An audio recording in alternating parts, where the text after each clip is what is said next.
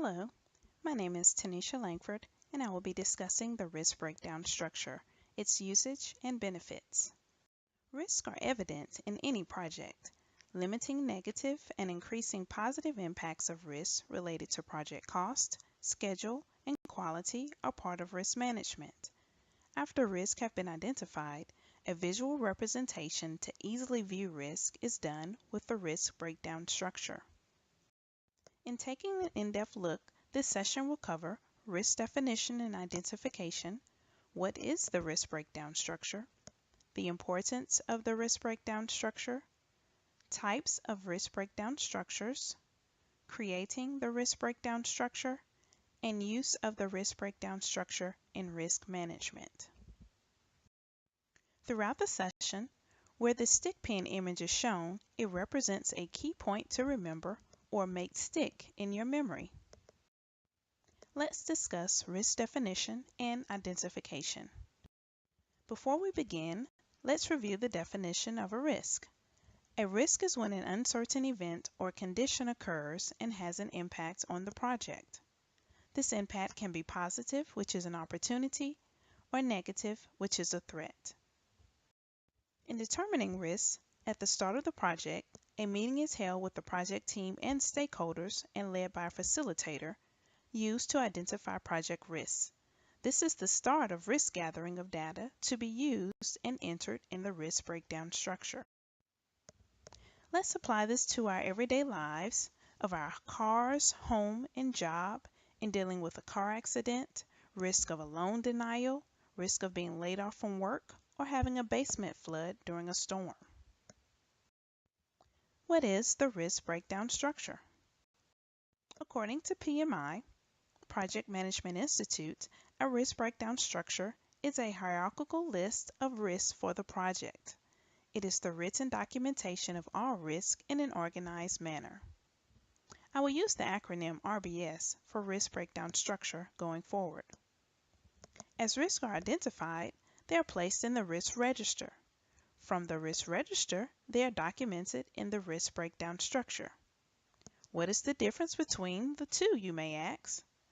The risk register lists risks, thresholds, and risk responses, whereas the risk breakdown structure lists risk categories and risks. So while they both list risks, the risk register focuses on the thresholds and risk responses, whereas the risk breakdown structure lists the risk categories and making common interconnections across all risks. Let's make it stick.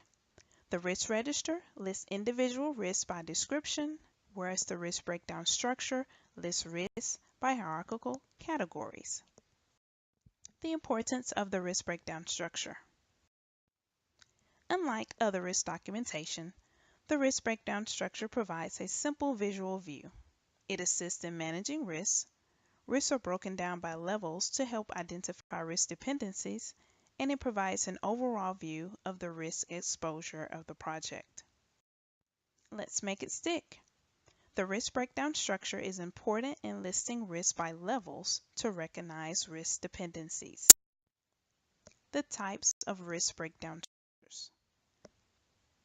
There are different types of various risk breakdown structures. The project manager must find the format that works best for their organization. The type used should consider the organizational needs and the project type. No specialized software is needed to create the RBS.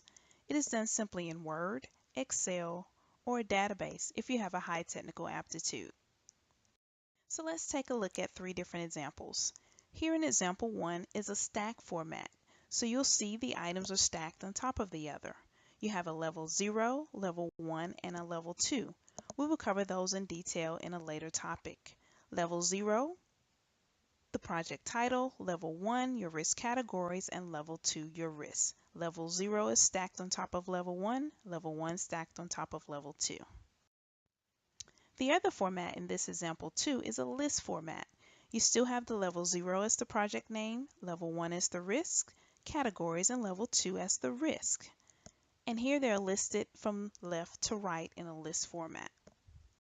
In example 3, this is again the stack format, but more for a software type project, where you'll see the difference in the level 1 Technical, external, organizational, and managerial are your risk types when you get into more complex type software projects. Make it stick. The RBS, risk breakdown structure, is broken down by level 0, the project name, level 1, the risk category, and level 2 is the risk. Creating the risk breakdown structure. Now that we understand what the RBS is, let's put our knowledge to work and create one. Our inputs in creating the risk breakdown structure are the risk register and the project management plan. Next, let's determine the risk breakdown structure template to use. On the left, example 1 is our stack format. On the right, example 2 is our list format. More complex projects find ease in using the list format in example 2. So let's take a look at a car purchase. Again, level 0 is the project name. So in this case, it's the car purchase. Level 1, your risk category, and in this case, financing. Level 2, we take the risk from the risk description. As a result of a credit score in the 500s, the loan application could be denied. Take a 1 to 2 word from that description, and in this case, the risk is application. The same is done for the risk in level 3 is loan denial. So you have level 0 as your project name, car purchase. Level 1 is your risk category in financing. Level 2 is your risk as an application. And what about the application in level 3 is a loan denial.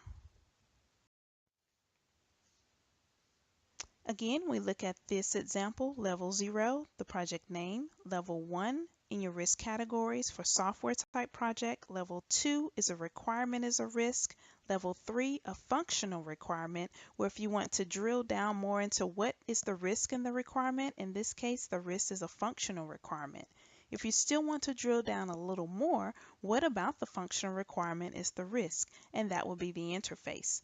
So at a minimum, levels 0, 1, and 2 are used in the RBS. If you want to give more information, you'll add a level 3, and if you want to drill down even more, you'll add a level 4. Use of the risk breakdown structure in risk management. So the advantages and disadvantages of the risk breakdown structure.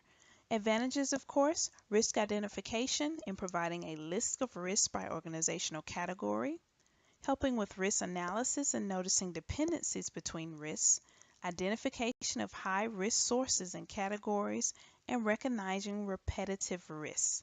Disadvantage really is just not using the RBS altogether.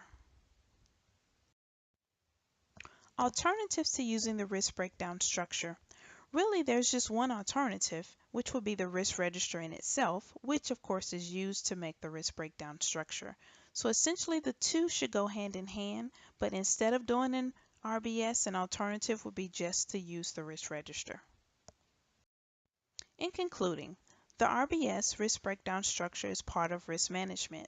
It is created from the risk register. It lists risks by hierarchical categories, is entered on an RBS template from Excel or Word, and it helps to identify risk dependencies. Here are a list of references that can be used as a resource.